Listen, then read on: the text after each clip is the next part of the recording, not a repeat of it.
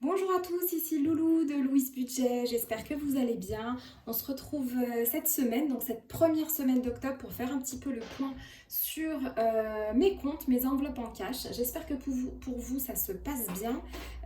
Si vous entendez du bruit à côté de moi, bah écoutez, c'est une journée qui est bruyante. Voilà, mes chats se battent, jouent. J'ai des artisans juste à côté de la maison, pas chez nous, mais la maison d'à côté, qui font des travaux et visiblement comme on est vendredi soir, ils ont hâte de fêter le week-end. Je pense que quelques bières sont déjà passées par là. Je les salue au passage. Mais ils font du bruit. Voilà. Donc voilà, du bruit, du bruit, du bruit. Peu importe, ça ne nous empêchera pas de faire des comptes de la semaine.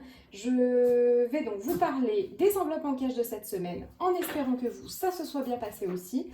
Je vais vous parler de mon challenge vide maison en cours qui a évolué. Je vous parlerai, si on a le temps, de Split, cette application qui permet de faire des économies sur ses budgets abonnements, donc notamment de streaming, tout ce qui va être Disney+, Netflix, Amazon Prime Video, etc., toutes ces choses-là. Parce que du coup, c'est une application que j'ai présentée lors de l'optimisation de mes budgets du mois dernier. Et beaucoup m'ont posé la question en fait, m'ont dit mais comment ça marche, je comprends pas, vous m'avez envoyé des emails. Donc je vais essayer de vous faire une petite démo très très simple. Voilà, je ne suis pas du tout sponsorisée par Split, hein, sachez-le, c'est uniquement pour vous faire des économies. Et puis enfin, je pense qu'on parlera un petit peu investissement puisque vous suivez aussi ce chemin que j'ai de vouloir rembourser la dette de ma maison, le crédit de ma maison plus vite. Donc ce sera l'occasion, ma réflexion avance. Qu'est-ce que je vais faire de l'argent que j'arrive à gagner, notamment pendant les challenges? Qu'est-ce que je vais faire de l'argent que j'économise? Bref, voilà, la réflexion s'affine, donc je vais partager ça avec vous. Sans plus attendre, comme nous disons toujours, je vous propose de passer aux enveloppes de la semaine en sachant que je ne suis pas une ingrate, j'ai suivi vos conseils. J'ai donc plastifié, je ne sais pas si ça se voit à la caméra, j'ai plastifié les petits inserts, donc les petits trackers que je mets dans chaque enveloppe pour surveiller mes dépenses. Sachez que si vous voulez retrouver ce petit modèle et le plastifiez vous aussi, ça se passe sur le blog de Budget Chris, qui est une budgéteuse assez connue sur YouTube et sur les autres réseaux d'ailleurs. Donc merci à elle de mettre ce petit insert à disposition. Ce que je fais, c'est que je vous mettrai le lien dans la description, comme ça vous pourrez vous faire les vôtres. Je trouve qu'ils sont en tout cas plus pratiques que ceux que j'avais auparavant, que je m'étais constituée toute seule. Alors, hop, commençons par l'alimentation. L'alimentation, ça va être un défi, c'était déjà un défi depuis le début, parce que je dépensais beaucoup. Là, j'ai un budget de 150 € pour l'ensemble du mois. Je fais mes budgets au mois et pas à la semaine. Et donc, l'avantage des petites feuilles de budget Chris, c'est que vous voyez, vous allez avoir le plus, le moins. Donc ça, ce sont vos dépenses ou vos rentrées. Mais vous avez également le solde. Donc, je ne vais pas avoir à faire mes calculs devant vous. Il devrait me rester cette semaine dans la catégorie alimentation 112,45 € pour l'ensemble du mois. Donc, normalement, je suis encore dans le budget, sachant que ce week-end, on fait l'anniversaire de ma fille. Elle a 13 ans et on reçoit une dizaine de personnes à la maison. Donc, de toute façon, voilà, cet argent va être consommé. Puis, on fera attention au mois d'octobre, c'est pas un problème.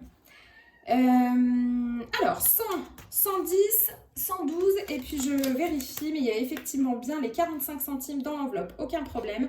Alors, pourquoi je vous montre ces deux petits billets de 5 €? Pour ceux qui n'ont pas suivi les autres vidéos, je fais un challenge actuellement qui est le challenge, le défi des 5 €. Chaque fois qu'un billet de 5 € se présente, je le range dans ma petite enveloppe défi des 5 €. Alors, c'est bien mignon, mais là du coup ça m'enlève 10 € de budget alors que je viens de vous dire que j'en ai besoin. Écoutez, jusqu'à présent, on s'en est sorti, donc je le fais. Hop, 1, 2, 3, j'en avais 3, j'en rajoute 2. Je vais donc, hop, remplir ma petite fiche. Bah dis donc, c'est laborieux, je suis maladroite aujourd'hui. Je vais remplir ma petite fiche pour suivre le défi de 5 €. On en est donc à 2 de plus. Ouh, c'est cool ça, c'est très très cool. Pour rappel, le défi de 5 €, je me suis dit que j'allais l'utiliser le plus longtemps possible pour pouvoir me payer un super coiffeur, des couleurs, des choses que je ne fais plus depuis la nuit des temps, et pour arrêter de me couper mes cheveux moi-même parce que c'est un drame. Voilà. Allez, hop, donc je suis bien contente, je viens de me rajouter 10 € pour moi. On continue. Ok, pour l'alimentation, c'est respecté. Pour le moment, bon, la première semaine, c'est toujours facile. Enfin facile, tout est relatif, mais c'est quand même moins difficile que la dernière, hein, c'est là qu'on tire la langue. Ensuite, pour ma fille, je nous ai mis un budget de 80 € qui compte à la fois des dépenses pour elle, donc shopping, fournitures scolaires qui lui manqueraient, et également la cantine. Donc là, pour le moment, la cantine, ça n'est pas passé. Il est censé me rester 49 € et 20 centimes. Je vérifie. Eh bien, il me manque de l'argent. Non, au contraire, il y en a plus. Ok, très bien. Donc là, il me reste 50... Non, mais dis donc, vous êtes plusieurs à m'avoir dit que j'étais pas forte en calcul mental, mais ça se vérifie de jour en jour. Donc, 50 €, là, il y a 1 € de plus, ouais, effectivement, parce qu'il y a 20 centimes. Mais je sais d'où vient le micmac. On va retrouver cette erreur dans une autre enveloppe. Pas de panique, donc on est bon. Il me reste 50 € pour le mois. Ça couvrirait ses frais de cantine, nickel. Donc voilà, a priori, pour le moment, on est pas mal. Sur l'entretien de la maison, donc là c'est pour tout ce qui concerne la maison, du ménage en passant par des petites réparations s'il y a besoin ou un peu de déco, peu importe. J'avais baissé le budget, ce mois-ci je suis passée de 30 à 20 € et je n'ai rien dépensé, donc tout va bien, l'enveloppe est intacte. Animaux de compagnie, j'en suis à 30 € par mois, je ne sais pas si on voit bien, voilà, 30 € par mois pour les dépenses véto et nourriture, litière et compagnie, hop, 30 €, je n'ai rien dépensé. Bah, c'est bien, ça va aller vite. Voiture, alors là on est sur quelque chose qui est toujours un petit peu tendu pour moi, donc évidemment bah, j'ai déjà fait un plein, des péages. Il me reste normalement 124 € sur un budget de 200 € mensuel. Hop,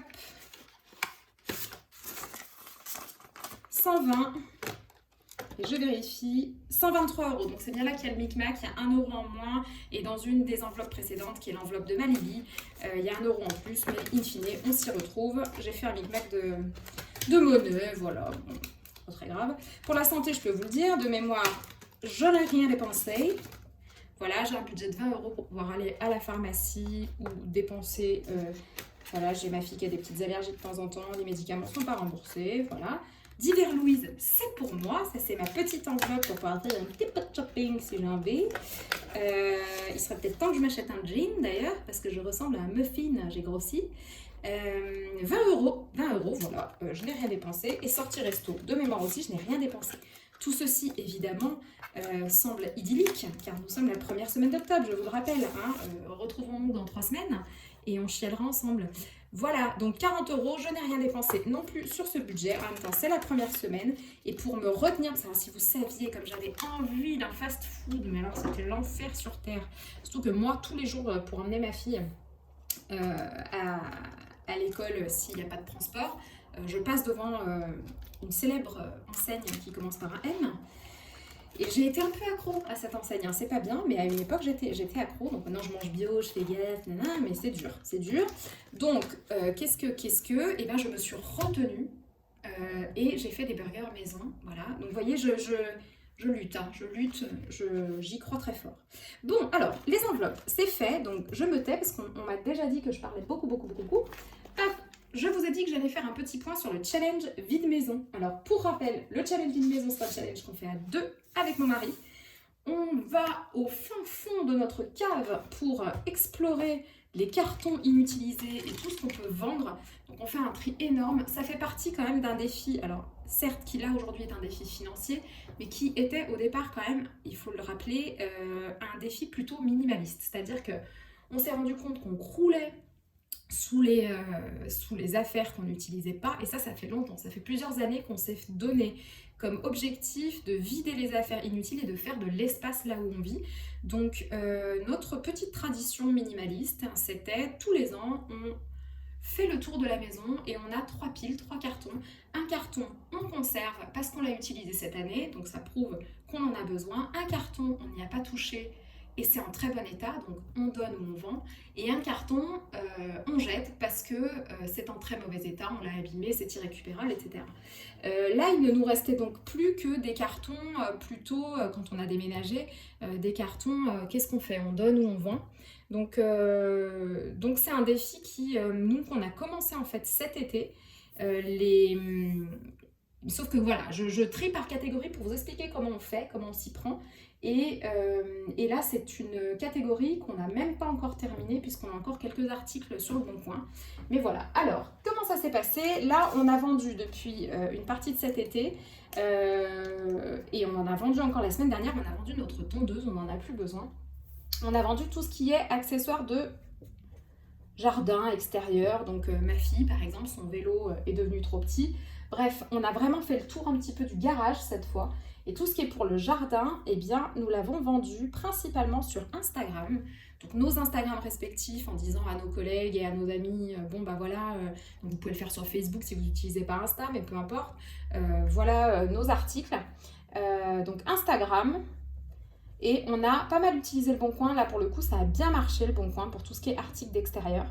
Donc pour rappel, on a vendu, pas pour rappel, c'est mon rappel à moi, mais pour tout vous dire, on a vendu des parasols, on a vendu un vélo, une tondeuse, une sonnette qui ne marche pas chez nous, mais qui marche à peu près chez tout le monde. Et tout ça, ça nous a fait une somme assez dodue quand même, pas se mentir, de 199 €. Donc ça s'est pas vendu d'un coup. Autant les livres et les bijoux, je vous les ai présentés en premier parce que ça se vend d'un coup. Vous allez chez Gibert, Easy Cash ou chez Or en Cash, vous vendez votre lot et ciao bye bye, vous repartez avec des billets. Autant dès qu'on commence à être sur du meuble ou des trucs comme ça, si on veut les vendre correctement, il faut avoir un peu de patience. Donc ça, on avait démarré quand même cet été. Et là, on va dire qu'on clôture, puisqu'il y a un article qu'on n'arrive vraiment pas à vendre. On clôture pour 199 €. Là, on est je crois, le 8 octobre, me semble-t-il. Et ce qui fait monter, hop, on avait 103,50 €. Attendez, est-ce qu'on voit bien? Oui. Ah oui, j'ai mes chats qui se battent à côté, je vous l'avais dit, non? Oui, voilà.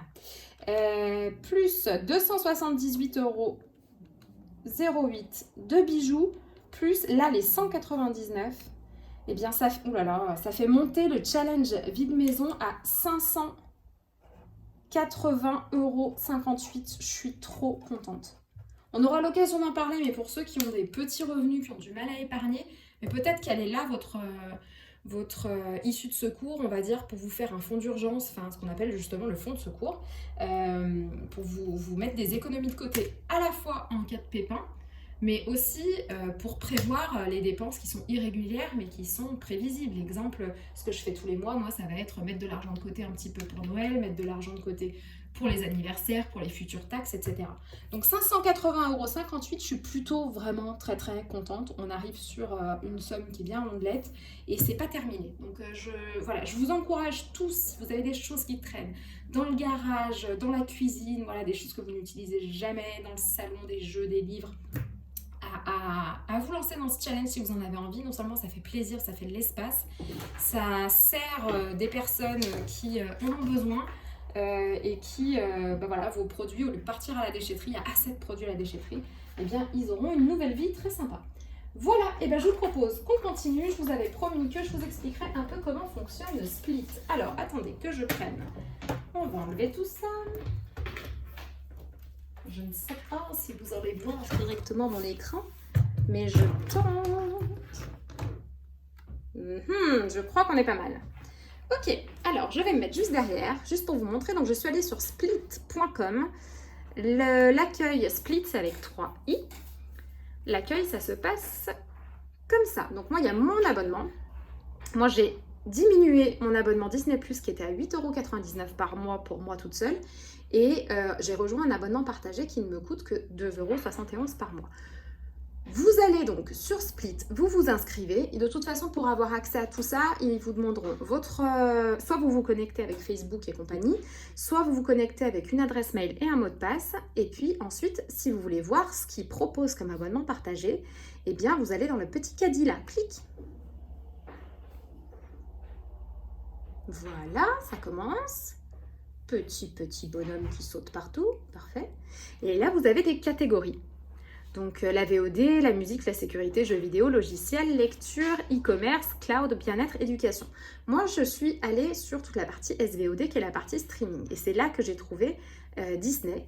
Moi, l'abonnement que j'ai trouvé était à 2,71 €. Là, ils disent qu'il peut y en avoir à partir de 2,31 €. Bon, moi, je suis très satisfaite de l'arrangement que j'ai eu avec la personne qui partage son abonnement parce que ce n'est pas Split qui partage les abonnements, ce sont des gens, des vrais gens. Donc là, par exemple, si je clique sur Netflix, je vais vous montrer comment ça fonctionne.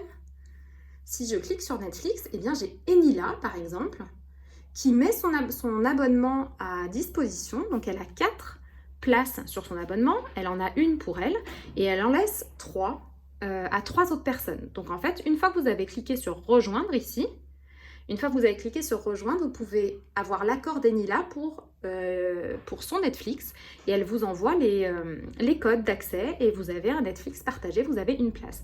Supposons que vous soyez plusieurs, je ne sais pas, vous avez vraiment envie d'avoir 2 profils, un pour vos enfants et un pour vous, et bien vous prendrez 2 places. Voilà, donc vous lui demanderez 2 places, tout simplement. Qu'est-ce que je voulais vous montrer? Oui, sur Split, en fait, ce qui est plutôt intéressant, je reclique là-dessus. Donc, toutes les offres sont sans engagement, c'est ce qui précise au départ.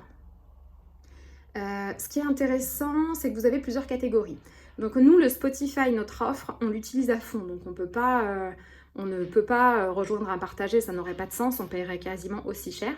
Mais si vous êtes intéressé par tout ce qui est Apple One, YouTube Premium, etc., enfin tout ce qui est musique, Deezer, etc., vous pouvez. La sécurité, je ne l'ai pas encore utilisée, c'est pour des VPN si vous voulez.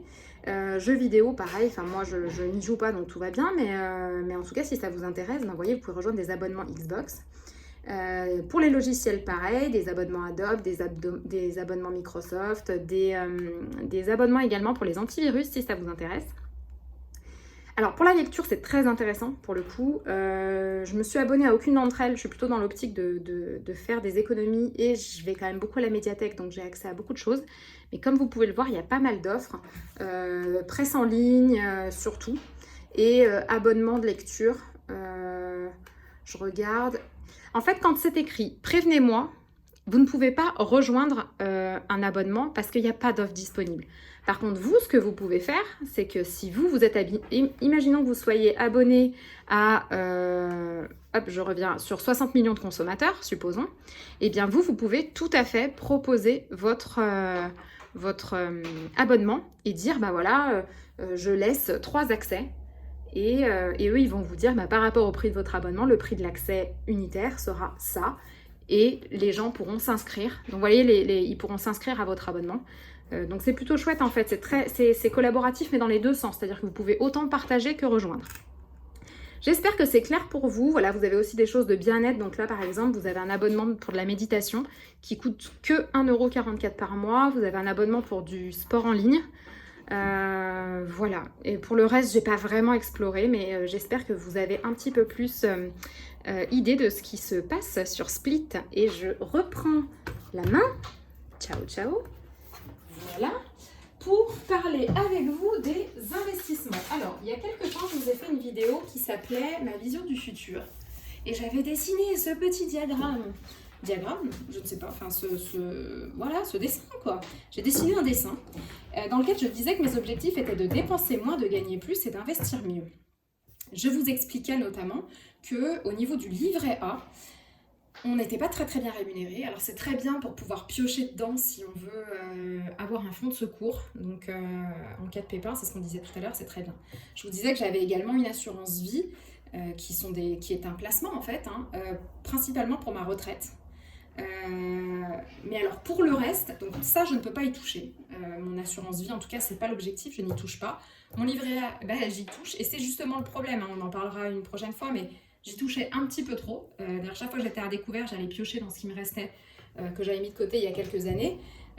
Donc ça c'est forcément, ça s'est amoindri. Aujourd'hui que je suis dans une optique de vraiment faire attention à l'argent, quel investissement je vais pouvoir faire? Et là, du coup, j'ai avancé un petit peu. Et je me suis dit qu'il fallait que je privilégie les investissements qui, a priori, pouvaient me permettre d'avoir 5 à 7, 5 même plus, 5 à 10% de rendement annuel. Et, on va mettre un cœur parce que ça fait trop plaisir. Voilà, 5 à 10% de rendement annuel, sachant que comme on le disait, le livret A, je crois qu'on est en dessous de 1%, mais vraiment bien en dessous de 1% de rendement. Donc voilà ce qui est à privilégier. Et pas mal de gens m'ont dit, mais oui, lance-toi dans l'immobilier, il y a pas mal de budgéteuses qui font ça, elles achètent des appartements, etc. Bon, j'ai bien réfléchi, très honnêtement, l'immobilier, oui, il n'y a pas de problème, c'est rentable. Par contre, pour moi, c'est un métier. Enfin, en tout cas, quand les budgéteuses ou des personnes sur Internet vous parlent d'immobilier, c'est qu'elles ont adopté la casquette de l'investisseur ou de l'investisseuse immobilier. Moi, c'est un métier qui m'intéresse pas beaucoup. Et c'est en fait, au-delà du fait que ça m'intéresse pas beaucoup, je pense que j'ai pas du tout envie de dessiner mes journées de cette manière-là. Et à mon avis, ça c'est quelque chose, j'espère que ça vous aidera, mais je pense que les investissements qu'on fait représentent aussi la vie qu'on a envie d'avoir. Et moi, l'immobilier, j'ai pas envie de passer mon temps dans une banque, chez un notaire, à rénover des appartes, à surveiller mes loyers, à faire appel à des régies. C'est vraiment un monde qui me gave. Et du coup, je pense que ça ne mérite. C'est pas que ça mérite pas que j'y mette mon argent, c'est que ça mérite pas que j'y mette mon attention. Mon argent, oui, parce que formidable, je pourrais faire des rendements. Mais enfin, pour avoir des amis qui ont investi, je sais aussi quel est le revers de la médaille. Et pour ceux qui adorent, celles et ceux qui adorent l'immobilier, ils ne voient pas ça comme un revers de la médaille, évidemment. Mais pour moi, qui aime déjà pas beaucoup ça, ça me gonfle d'avance. Donc non, j'ai pas envie. Là, je suis contente, j'ai trouvé une méthode avec les enveloppes cash qui me permet de rendre ludique mais voilà, ma gestion financière. Si c'est pour me retrouver là d'un coup avec un truc qui me saoule, enfin non, c'est pas possible. Donc l'immobilier, ce sera un grand non pour moi, à moins que je change complètement de personnalité, c'est possible. Ce serait fou, mais c'est possible. Là, c'est pas le cas, en tout cas. Donc moi, je me suis penchée sur 3 investissements qui m'intéressent. Pourquoi? Parce que ce sont des investissements, quand on décide de les faire, eh bien, il y a derrière des spécialistes qui peuvent nous aider et sans dire qu'on lâche complètement la bride, en tout cas, qui vont nous permettre de ne pas y passer toutes nos journées. Donc, il y a l'investissement en bourse. Donc, je suis en train de me renseigner et je vais probablement partir sur ce qu'on appelle le PEA, pour un placement d'actions en fait. Et étant donné que moi je ne suis pas une trader, je ne sais pas comment on dit, mais les traders, ce sont ceux qui vont essayer de faire du bénéfice sur les actions. Exemple, j'achète une action, j'attends que le cours remonte, je la revends, ensuite j'en achète une meilleure, etc. Moi je ne ferai pas ça parce que j'estime que je n'ai pas les capacités de le faire. En fait, je ne connais pas assez cette chose qui est la bourse. Donc pour m'initier, je pense que je vais plutôt passer par ce qu'on appelle des trackers, donc des algorithmes, des logiciels qui font ça pour vous et qui vous disent voilà où est-ce qu'il faut investir et ne touchez pas à votre argent avant un certain temps pour que ce soit rentable. Et effectivement, pour avoir des sommes comme ça à rendement de 5 à 10%, c'est plutôt du long terme. En tout cas, là aussi, c'est pour le moment, c'est comme ça que je le vois. Peut-être que je vais, à force de me renseigner sur la bourse, je vais y trouver un intérêt et que ça va m'amuser. Donc, je vais peut-être faire des achats-reventes, etc. Là, pour le moment, je suis plutôt en train de me dire comment je pourrais sécuriser les petits sous que je suis en train de faire. Pourquoi? Parce que je vous ai montré que j'avais fait 580 € en vie de maison. L'objectif, c'est de rembourser la maison. Hein. Ma vision, je vous parlais toujours de la vision, mais la vision, elle est là. Hein. Ma vision, c'est de rembourser ma maison. Sauf qu'avec 580 €, je vais pas aller très loin en fait. Et même si demain j'arrive à me faire 10 000 €, mais je vais pas aller loin non plus. Donc il faut que cet argent il fructifie avant que je puisse rembourser ma maison. Donc l'objectif c'est vraiment cet argent que j'arrive petit à petit comme une petite fourmi à amasser, qu'est-ce que je veux en faire? On en reparlera de la bourse, mais au niveau éthique, c'est pas facile pour moi parce que je sais que d'investir dans certaines boîtes qui respectent rien, qui sont des très grosses boîtes au niveau que ce soit de leurs salariés, de leur fonctionnement, de leur non-respect de l'écologie. Ça va être dur d'investir dans ces boîtes-là. Je me suis donc renseignée et il y a ce qu'on appelle l'ISR, des investissements socialement responsables qui existent dans la bourse. Ce sont des entreprises qui sont cotées en bourse mais qui ont une responsabilité sociétale et qui la respectent avec tout un tas de critères. Donc je vais plutôt essayer d'investir dans la bourse et dans les entreprises ISR. Ensuite, deuxième investissement qui m'intéresse beaucoup, ce sont les crypto-monnaies. Là encore, je ne suis pas une experte, je ne vais pas m'amuser à prendre des cryptos, les revendre et tout, non.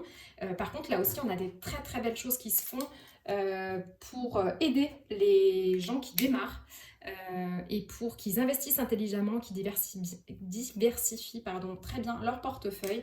Donc ça s'appelle, là ce que je suis en train de regarder, ça s'appelle le stacking et le lending. Désolée pour mon accent tout pourri. Mais dans les deux cas, ça signifie que on va acheter un petit peu de crypto, on va diversifier. Donc la crypto, c'est une monnaie, hein, on va dire, la plus connue étant le Bitcoin. Le Bitcoin, c'est l'équivalent de l'euro et du dollar, quoi. Voilà, c'est une valeur ça a une valeur monétaire. Le stacking étant d'investir dans plusieurs crypto-monnaies et de les laisser évoluer pour arriver à un certain rendement. Et puis le lending, j'ai pas tout très bien compris. Parce que ça ressemble beaucoup au stacking, mais voilà, je suis en train de travailler là-dessus. Et ce qui est génial, c'est qu'il y a des entreprises, et notamment des entreprises françaises qui sont vérifiées, qui sont leaders et qui vous aident à faire tout ça de façon très propre et qui surtout présélectionnent les crypto-monnaies sérieuses avant que vous puissiez investir dessus, qui vous montrent tous les projets, et ce afin d'éviter que vous vous fassiez avoir, parce que les cryptos, c'est très en vogue en ce moment. Et le souci de quelque chose qui est très en vogue, c'est que y a beaucoup d'abus et beaucoup d'arnaques. Donc pour ne pas se faire arnaquer en crypto, soit on s'y connaît très bien, on décide de s'y mettre à fond, c'est pas encore mon cas, soit on décide de se faire accompagner, et là, comme là, je ne serai pas seule. Donc ça nécessitera forcément des petits frais de fonctionnement, hein, de payer ces gens qui vont m'aider. Ils prendront une petite commission sur ce que je place, mais au moins je pourrais jamais être sûre de ne pas perdre d'argent, hein, évidemment, mais quand on a des rendements comme ça, on a forcément plus de risques. Que sur le livret A. Le livret A, il n'y a aucun risque. Votre argent, il sera toujours là. Par contre, il ne grossira pas, quoi. Donc voilà, il y a toujours une part de risque, mais c'est ça l'investissement. Et vu que la vision est un peu grande, rembourser une maison, et ben forcément, il faut faire des sacrifices avec ça. Ensuite, il y a autre chose qui m'intéresse. Cette fois, vous allez me dire, mais tu nous as dit que l'immobilier, tu voulais pas. Oui, mais ce qui m'intéresse, moi, c'est le crowdfunding immobilier. C'est-à-dire que on va participer à l'élaboration de programmes immobiliers à hauteur de l'argent, des moyens qu'on a, sur des sites là aussi qui sont spécialisés, qui vérifient les projets. Donc là, toujours, je ne fais pas les choses complètement seule. Je ne parle pas à des humains, hein. Ce sont des sites internet spécialisés avec des conseillers derrière. Mais voilà, tout est à peu près bien cadré pour que je puisse quand même poser mes questions. Simplement, il n'y a pas un monsieur ou une madame à côté de moi. Mais en crowdfunding immobilier, donc l'objectif, c'est vraiment, supposons qu'une grosse entreprise ait envie de construire un projet immobilier à Bordeaux. Ils ont besoin de fonds très rapidement. Eh bien, ils vont essayer de collecter sur une plateforme 2 millions d'euros, par exemple. Et nous, on peut participer en tant que particulier à hauteur de 500 euros. On peut déjà commencer à participer. Et dans les 2 ans, il y a un rendement d'à peu près 8% qui est prévu, si le projet ne tombe pas à l'eau, évidemment. Sachant qu'en passant par des grosses plateformes, donc je vous en parlerai de tout ça petit à petit quand j'avancerai, en passant par des grosses plateformes, l'avantage c'est que vous avez des assurances. Voilà, s'il y a un problème avec le projet immobilier, vous êtes quand même plus ou moins couvert. Faut toujours lire les petites lignes évidemment, mais c'est quand même moins dangereux que de prêter de l'argent à quelqu'un et pas savoir si on va le retrouver.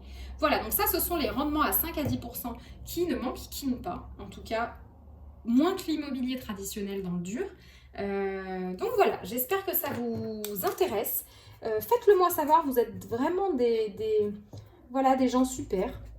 Si vous êtes restés jusque-là, si vous n'êtes pas restés jusque-là, vous n'entendez pas ce que je dis, donc vous n'êtes pas jaloux. Mais si vous êtes restés jusque-là, vous êtes des gens super.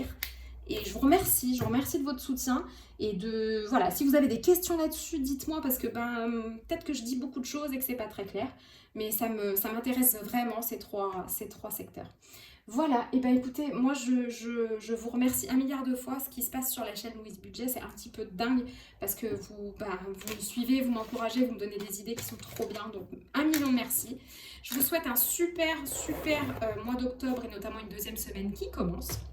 Et puis prenez bien soin de vos petits sous et prenez bien soin de vous. Bye bye.